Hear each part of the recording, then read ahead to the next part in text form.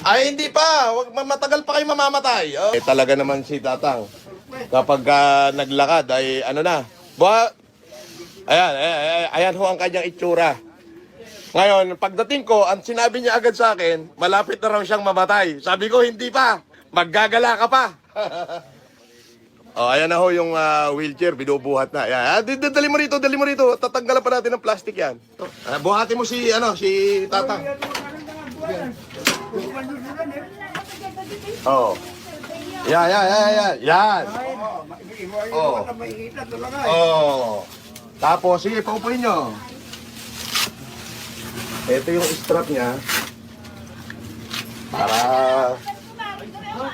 Sandali, para siya hindi, para hindi mahulog. Oh.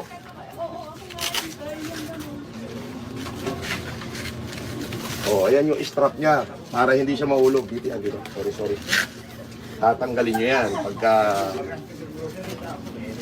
Oh, ayan. So, ayos ba? Oh, bago yan ha. Heavy duty.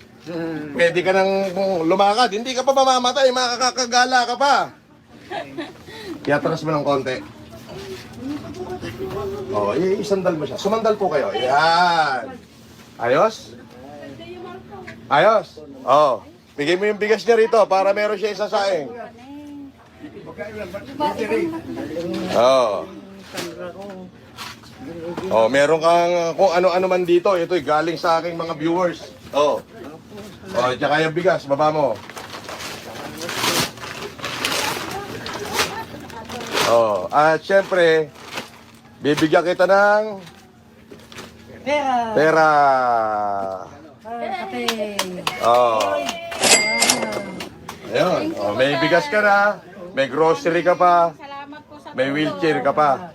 Hindi ho, magpasalamat kayo sa Diyos. Kumbaga, hindi ho ako dapat pasalamatan dito, kundi yung ating Panginoon. At higit sa lahat kayo, nakapagbigay kayo ng pag-asa. Kung marinig nyo naman, pagdating ko, i-review nyo na lang yan. Nung kinumusta ko, sabi, malapit na raw siyang mamatay. Ngayon, hindi na. Hindi na, no? Okay na, Mabubuhay ka na, makakagala ka na dyan, may pambayad ka na sa chicks dyan mamaya. 700 lang dyan sa may katuday.